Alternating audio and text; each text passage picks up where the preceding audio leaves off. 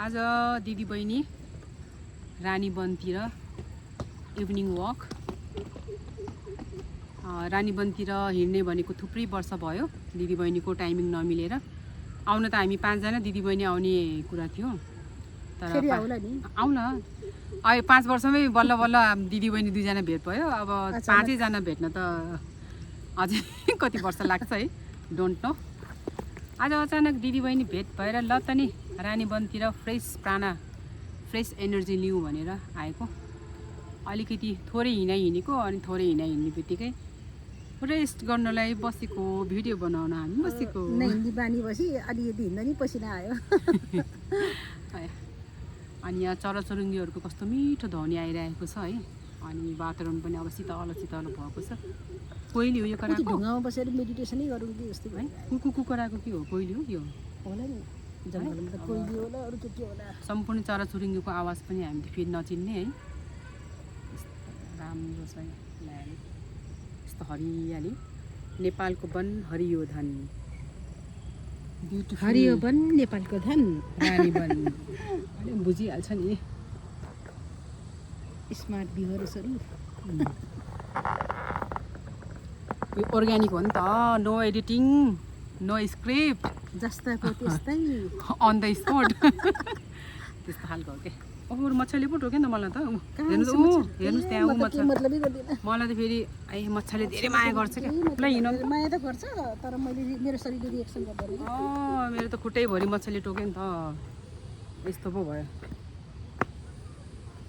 म त हिँडेर पसिना आएर चिरचिर भयो होला भनेको त आउनुहोस् यहाँ त यो भित्र गभर्मेन्टले बोर्डतिर पनि रोकेर रहेछ है आथु टोक्यो नि त कडिपात ल यहाँसम्म मात्रै रहेछ सिँढी त योभन्दा उता त फेरि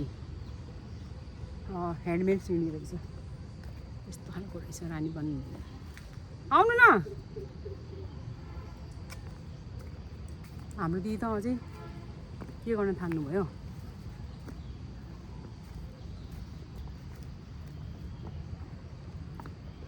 अचानक रानीवनतिर यसो हिँडौँ भन्नुभयो दिदीले सो दिदी बहिनी रानीवनतिर अब गर्मी लागेछ कि मच्छर लाग्यो मलाई मच्छरले टोकी एकछिन चिलाउनु पऱ्यो आथुथुथु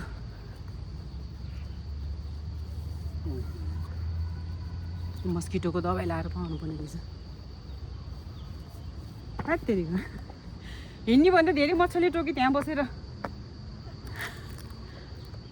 त्यति पछि आइरहने यस्तो राम्रो त्यही त कस्तो हरियाली हेर्नु न त्यो पानी परेर के सबै रुख बोटबिरुवाहरू छङछङ सफा भएको है अनि ल है त आज फर्स्ट डे है छोरीसँग शान्ति स्तूपा हिँड्ने बेलामा 3 दिन लगाएर चढेको थियो कि शान्ति स्तूपा अब ऊ छोरीको आमासँग कति दिनमा लाग्ने है त यहाँ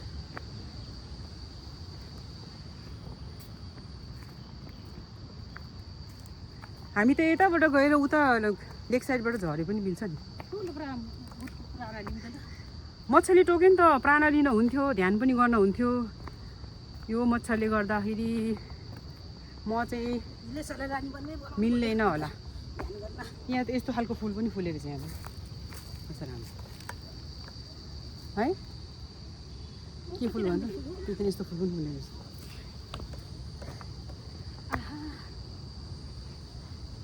है कस्तो राम्रो फुलेको वाइट यता त सबै त्यही फुल रहेछ नि कति धेरै हेर्नु त सबै खिचेछ नि त यही अनि यो सिङ्गलै बनाइदिन्छु सिङ्गले कति धेरै फुलेको कि है आहा ल त आजलाई यति नै बाई बाई बाई बाई फुल देखाउँदै bye bye see you next video फुल देखाइसक्यो हजुर अझै देखाउ अरे ल हामीलाई मन पर्छ हाम्रो दिदीको रिक्वेस्टमा फुल अझै देखाइदिन्छु आउनुहोस् है रानीवनमा फ्रेस प्राण रमाइलो छ जिन्दगानी दिदी बहिनी कस्तो राम्रो आएको है हामी दुईजना कोही सक मुड फ्रेस नो सक ओ यो त सेतो फुल त यहाँ त बिस्तारै रहेछ नि त कति धेरै हो यता पनि पुरै जङ्गल सेतो रहेछ नि त्यो त यतापट्टि भ्यू पनि देख्यो पोखराको ए है रानीवनबाट पोखराको भ्यू अझ अलिक नदेख्दो रहेछ वेदर साह्रै क्लियर त छैन त्यही पनि राम्रै छ त्यो त हिमालहरू चाहिँ अझै देखिएको छैन क्या हिमाललाई चाहिँ यो बादलले छेकेर न बिहान देख्छ न राति देख्छ न दिउँसो देख्छ है न बेलुका देख्छ ओहो यो बाटोबाट त हेर्नु त सेतै फुल रहेछ नि त है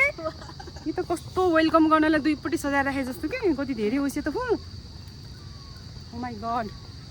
वाउ हेर्नु त राम्रो रहेछ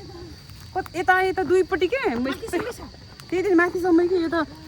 यस्तो हो कि यहाँ पदयात्रीहरूलाई बाटोमा यस्तो मन लोभ्याउने गरेर फुलै फुले ओ माई गड यहाँ त जाने त दिदी आहा